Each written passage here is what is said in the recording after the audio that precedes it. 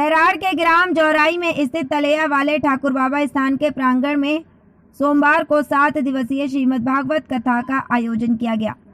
ये खबर शिवपुरी जिले के बैराड़ तहसील क्षेत्र अंतर्गत आने वाले ग्राम जौराई से सामने आ रही है, जहां तलेया वाले के नाम से प्रसिद्ध ठाकुर बाबा पर आज संगीतमय श्रीमद् भागवत कथा का आयोजन संपूर्ण ग्रामवासी जौराई और भक्तगणों द्वारा प्रारंभ किया गया है, जिसमें 51 कलशों की शोभा यात्रा के साथ मंशापूर्ण श्री हनुमान जी मंदिर से संपूर्ण ग्राम में परिक्रमा लगाते हुए तलेया वाले ठाकुर बाबा स्थान पर संगीतमय श्रीमद् भागवत कथा प्रारंभ की।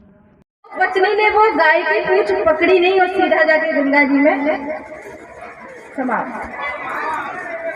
तो महाराज कहने का भाव यही है कि धुंधली भी कुछ इसी तरह की है, हमेशा विरुद्ध चलती है। एक बार गांव के सभी लोग बाग थे, उन्होंने कहा कि धुंधली तुम्हारे यहाँ तो कोई संतान नहीं। सज्जनों, आत्मदेव एक संतोषी ब्राह्मण है, उसको सब प्रकार से संतोष है। बालक हुआ कि नहीं हुआ उसको ज्यादा कुछ नहीं चाहिए, परंतु जो गांव वाले होते हैं ना, अच्छा आग लगाने वाले जो पड़ोसी होते हैं वैसे ऐसी आग लगाते हैं कि घर पता नहीं किसका बिगड़वा दे, कुछ पता ही नहीं चलता।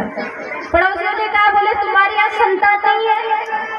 धुंधली ने कहा नहीं है, तो क्या किया जाए, नहीं है तो नहीं है, कोई बात नहीं। अब जैसे कहा तो पड़ोसियों ने कहा बोले भाई आपको मालूम है जिसके यहाँ संतान नहीं होती है ना, उसका मुंह देखने का भी धर्म नहीं है। धुंधली का दिमाग खटक गया, बोले ऐसा है क्या? बोले अरे देवी इतना ही नहीं, आपके यहाँ तो जो गाय होती है वो भी कभी ज्ञावन नहीं होती है, उसके अभी बच्चा नहीं होता है, और तुम्हारे आंगन में तो एक तुलसी का पौधा भी नहीं। कथावाचक प्रीति शर्मा व्यास जी के द्वारा कथा के पहले दिन श्रद्धालुओं को प्रवचन करते हुए कहा कि श्रीमद् भागवत कथा के वाचन व श्रवण से व्यक्ति को मोक्ष की प्राप्ति हो जाती है। संसार दुखों का सागर है, प्रत्येक प्राणी किसी न किसी तरह से दुखी व परेशान है। कोई स्वास्थ्य से दुखी है, कोई परिवार से, कोई धन से, तो कोई संतान को लेकर परेशान है। सभी परेशानियों से मुक्ति पाने के लिए ईश्वर की आराधना ही एकमात्र मार्ग है। इसलिए व्यक्ति को अपने जीवन का कुछ समय हरि भजन में लगाना चाहिए। उन्होंने कहा कि भागवत कथा वह अमृत है जिसके पान से भय, भूख, रोग व संताप सब कुछ स्वतः ही नष्ट हो जाते हैं। उन्होंने कहा कि व्यक्ति को मन, बुद्धि, चित्त एकाग्र कर अपने आप को ईश्वर के चरणों में समर्पित करते हुए भागवत कथा को ध्यान पूर्वक सुनना चाहिए। श्रीमद् भागवत कथा का श्रवण करने से जन्म जन्मांतर के पापों का नाश हो जाता है। श्रीमद् भागवत कथा के श्रवण से महापापी धुंधकारी का भी उद्धार हो जा गया। कथा व्यास ने बताया कि धुंधकारी अति दुष्ट था। उसके पिता आत्मदेव भी अपने उसके उत्पातों से दुखी होकर वन में चले गए थे।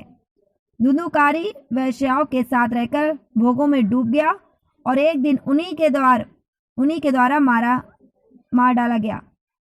अपने कुकर्मों के फलस्वरूप वह प्रेत बन गया और भूख प्यास से व्याकुल रहने लगा। एक दिन व्याकुल धुंधकारी अपने भाई गोकर्ण के पास पहुंचा और संकेत रूप में अपनी व्यथा सुनाकर उससे सहायता की याचना की। गोकर्ण धुंधकारी के दुष्कर्मों को पहले से ही जानते थे, इसलिए धुंधकारी की मुक्ति के लिए गया श्राद्ध पहले ही कर चुके थे। लेकिन इस समय प्रेत रूप में धुंधकारी को पाकर गया श्राद्ध की निष्फलता देख उन्होंने पुनः विचार विमर्श किया। अंत में स्वयं सूर्य नारायण ने गोकर्ण को निर्देश दिया कि श्रीमद् भागवत कथा का पारायण कीजिए, उसका श्रवण मनन करने से ही मुक्ति होगी। श्रीमद् भागवत का पारायण हुआ, गोकर्ण वक्ता बने और धुंधकारी ने वायु रूप होने के कारण एक साथ गांठों वाले बांस के भीतर बैठकर कथा का श्रवण मनन किया।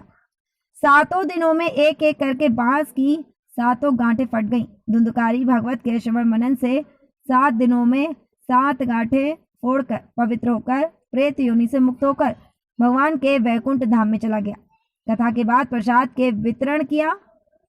प्रसाद ग्रहण करने के बाद श्रद्धालुओं ने आशीर्वाद प्राप्त किया।